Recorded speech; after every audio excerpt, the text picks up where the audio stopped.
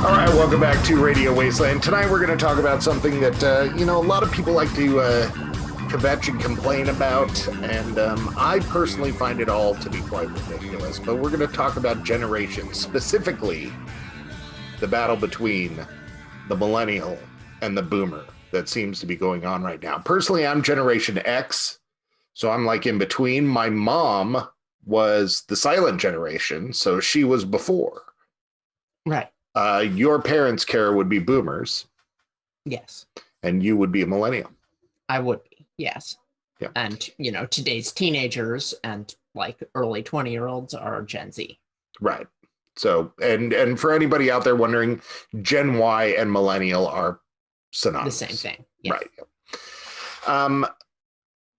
I guess a great place to start. Well, let's explain to people. Boomers passed through childhood as television took hold. Generation X saw computers come onto the scene, and millennials were born into the age of the internet. Although it is some variation depending on birth years that comprise the baby boomer generation, it is widely accepted range is 1946 to 1964. Millennials, Gen Y, early 80s. But the general years they tend to go with is 1981 to 1996. That's for millennials? For millennials. Oh, wow, really? That's earlier than I thought. Yeah, well, me too, because Generation X, apparently I'm at the tail end of it, and I thought I was kind of like deep in the heart of it. But I would have thought like, sort of late 80s. My brother's 89, but I guess a lot of my friends who are like a little older than me born in the 80s. And so, yeah, that makes sense. Your old friends. My old friends, yeah. Yep. Some of them are like 35. Oh my God. I know. Can you That imagine? means their brain fell out of the side of their head like, what, 10 years ago? They've seen empires rise and fall. They've heard when they were young, the sun was twice as bright as it is now. It's been dimming. Yeah, and gravity has changed because apparently people used to have to walk both ways uphill in the snow to school. So yeah, but it was well after when the world turned from black and white to color. So. Right, and the talkies, the talkies, yeah, when people invented talking. So I'm kind of off the hook on this one. I jokingly refer to myself as the last baby boomer because my parents. Is that the new Star Wars movie? Yeah, totally. My parents were so much older than me. Had they had kids in even a relative normal range, I would have been a baby boomer. Right. But my parents were 40, and so I was 76. I'm just outside of that. And I also like to think of myself, because I'm so ineffectual, pointless, selfish, and into cartoons, I like to think of myself as an early millennial as well. Okay, so here's the real question. Seeing how you're on the hook for half of this, at least. Sure, yeah. How do you feel when people talk all this smack about millennials? And I think a better question would be, how did you feel at first? I think now we're probably a little desensitized to it. Yeah, I don't know that I ever like really felt like offended on behalf of my peer group. Like, I don't care. I have no connection to my fellow man. They can do whatever they want.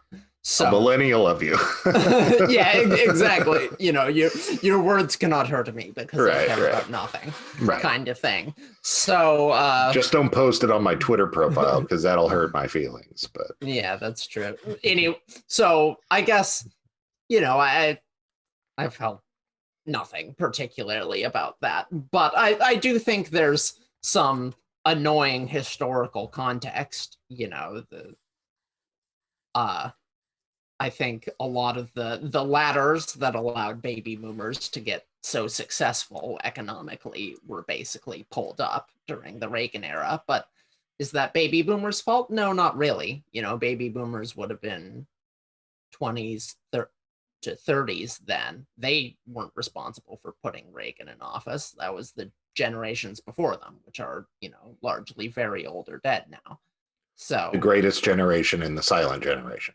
Yeah, I think more the silent generation probably was really instrumental in putting Reagan in office, and I think he, was largely responsible for the hellscape in which, millennials have grown up. But yeah, little poetic life. Casey Yenard's gonna love that, I'm sure. Right. So, I think we grew up during different times, but also I feel I've never thought much of it, just because every generation complains about how the teenagers and 20-year-olds of their day are feckless and irresponsible, which I think is typically a result of being teenagers and 20-year-olds. Right. I think so. Every generation, the baby boomers certainly weren't immune to that. They were the OG civil rights protesters. Well, the younger generation of civil rights protesters, obviously. MLK wasn't a baby boomer. Like, the leaders of the protests and stuff were older than that, but they were protesting the Vietnam War. So, and people got mad at them about that. So, I'm not. Well, what do you think? Do you think that this current situation is coming more to a head, or do you think we're just feeling like it is? Because, I posted online. Everybody posts online, hey, I got the vaccine. Woohoo, I voted. It's like I voted. Only you know what side you're on. It's like if people were to wear stickers that said I voted Democrat. That's what getting the vaccine's like at this point. And so I posted online. I thought it was real funny because of my dad humor.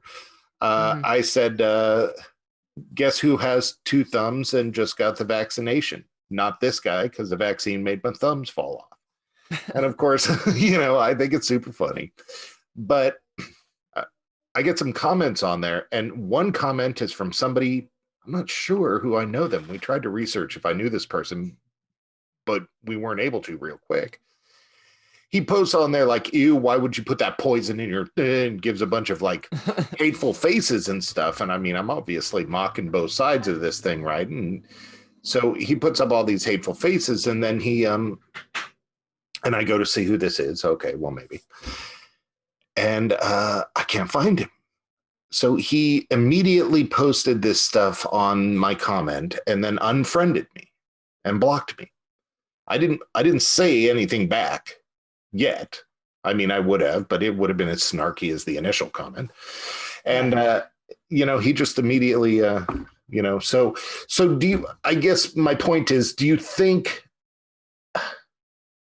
we all feel like this divide is something more than it has been in the past? But you seem to be saying like, man, screw it. It's always like this. Well, no, I think it's more. I just think the reasons for deepening partisanship in this country are largely not generational. I think the generational component, obviously it's there, but I think that hasn't changed very much, in the sense that younger generations are, I think today, more progressive than older generations to about the same degree that younger generations are always more progressive than older generations. I think the reason we're so divided has a lot more to do with, media and social media and just sort of changes in the way our government and economy works and that kind of thing. And so I don't think the big culprit really is differences in age groups. No, of course it wouldn't be any different without outside variables. Right. Exactly. Of course, that's why, unless humans have we've evolved to the point where we fight over nothing, it's like, why would we be there without outside variables, but I guess a realistic, well, let's ask the question and try to be objective, and I'll try to be objective too. Although you're going to have to try harder. That's fair. Well, it is fair, because are the things that boomers say about millennials true?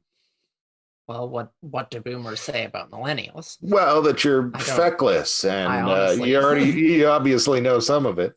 I mean, are you guys lazy? Are you non-motivated? Are you stupid and easily confused when it comes to working at the office? I don't know, any of these things. Surely you've seen You know, the Kermit the Frog memes. And are you sensitive? Are you a libtard? Are you a snowflake? Are you these things? See, I feel like most of those memes are making fun of liberals, not young people. You know, and often they're conflated. Well, the work ones and the motivation ones are not.